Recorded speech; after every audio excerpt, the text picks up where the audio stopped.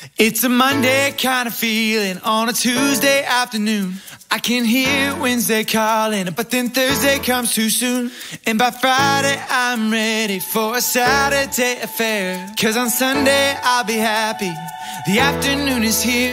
It's a Monday kind of feeling. Masyado siyang masipag, matyaga, I would say, kasi nga syempre sa US, diba, yung nagtatrabaho kami, kami doon. And you know I love my baby. Talaga kinulit niya ako araw-araw. Tawag siya sa akin, messages, webcam pa nung time na yon.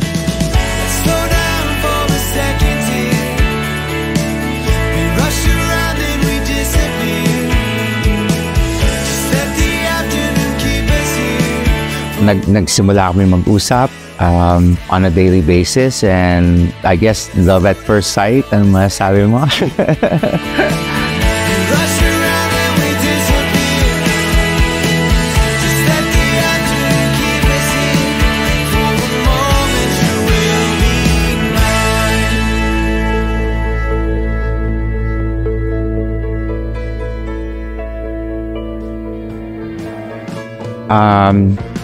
Gusto ko kay Lisette, she's very straightforward.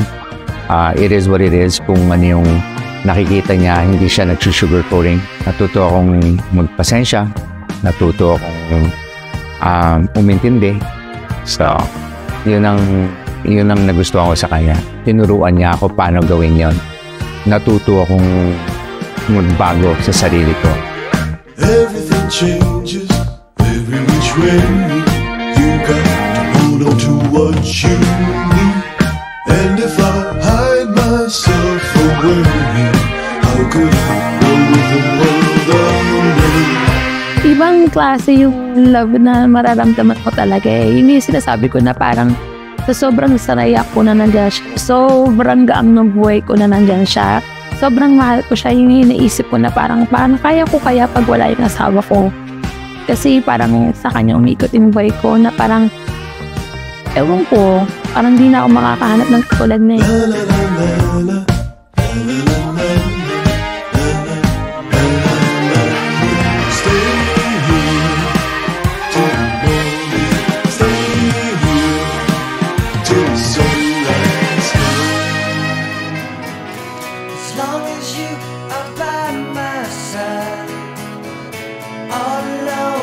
Ang nagpatibay sa amin, trust. Yun ang naging foundation ng relasyon namin eh.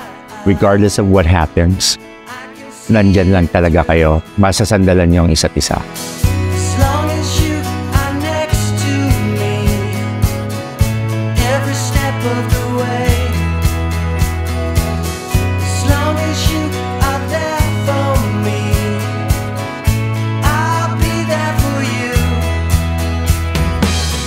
Me, the first 17 years was very tough. We went up and down sa buhay natin. Pero mapapangako ko sa'yo the next 17 years or more, walang magbabago sa pagmamahal ko sa'yo, walang magbabago sa pagtatrato ko sa'yo, sa respeto ko sa'yo. Panahon na lang ang magbabago sa atin sa pagtanda. Salamat sa lahat sa pagmamahal. Sobra. Thank you sa time, sa pagmamahal. Sa lahat. Kasi sobrang wala akong masabi sa lahat ng ginagawa mo para sa akin, para sa mga bata. Saludo ko.